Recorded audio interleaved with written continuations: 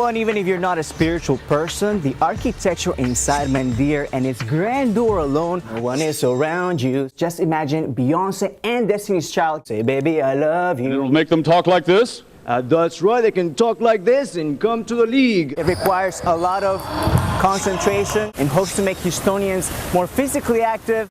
I'm gonna begin here and see if it works. Oh! Many people drive by the beer can house without realizing what it is. It's about individual expression and opportunity to do so without any pressure or hesitation. It's where they can make wands, Harry Potter glasses. Si usted quiere pasársela bien aquí en el rodeo. Henry, I understand you're standing in front of a pretty cool art display. Can you tell us what that's about?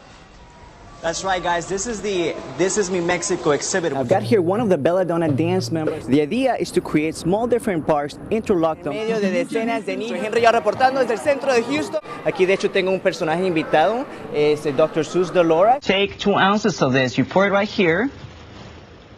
You've tried this out before, right? Actually, this is my first time. You're not going to blow up the station. I've seen people do it. I'll try not to. Now, I really have no dance skills whatsoever, but could you just show me just for a little bit of one simple move that I could practice? Of course. Everybody can do this dance, and I'm going to prove it to you right now because you're going to do it really good. Okay, ready? So you're going to go ahead and put your hands on your hips like this. Yeah, can you do that? Yes. And you're going to use your knees to lift the hips. Bend and straighten. Just...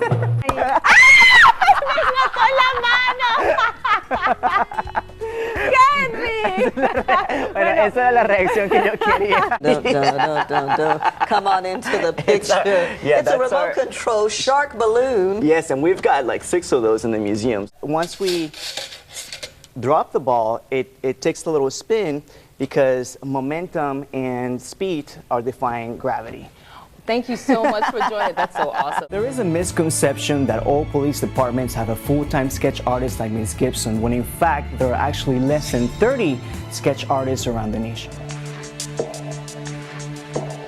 Like an opening scene of a magnificent epic movie adventure, the Sri Swaminarayan Mandir appears in all of its glory right in the middle of suburban Stafford. Somewhat of a surprise to individuals that we have such a great thing here in Houston, and they're just astonished. And many people express the same feeling, that they feel that they are not in Houston, they are in India. For Hindus, Mandir stands as a place of worship. Prayer is a food for mind, and that is very critically important for real happiness that we need to enjoy. Well, and even if you're not a spiritual person, the architecture inside Mandir and its grandeur alone are reason enough to come and visit this place. More than 30,000 pieces of Turkish limestone and Italian marble, hand-carved in India, adorn what's based on a 5,000-year-old design. It took just a little over a year to bring all the pieces together with no steel involved. For them, it's something out of the world. People from all walks of life are welcome here to find inner peace. Most of the time, they just come by curiosity, right, to see the place, but they leave with an experience which brings them back. Many people drive by the beer can house without realizing what it is, but what it actually tells is the story of a man whose inventive spirit has left a landmark for Houstonians to enjoy and be inspired.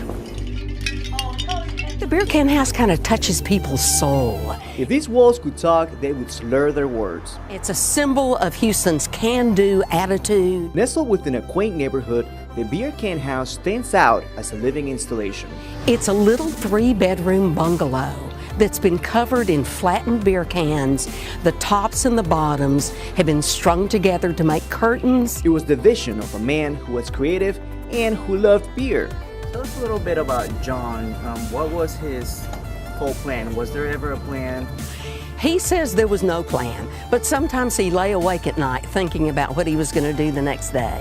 He was an upholsterer for the Southern Pacific Railroad, so he had craftsman skills. More than 50,000 beer cans line up the outside of the house. That includes intricate curtains which were meticulously and beautifully made by hand.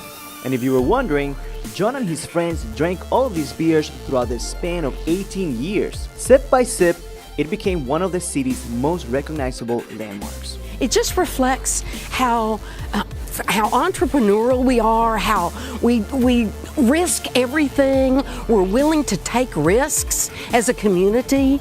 We're willing to just be out there and do our thing. I got this thing the next day, and it was great. I was like, oh, I should frame it. This was a long time ago. Yeah, 2006. Oh my God. Okay. Yeah, 7 years ago. Well, I think if you robbed a bank and they put it out. But no, I am not a They get you. suspect. This is not a suspect sketch.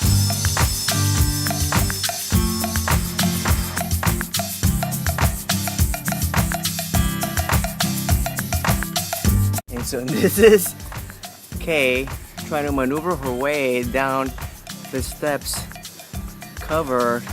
fully covered in donkey poo.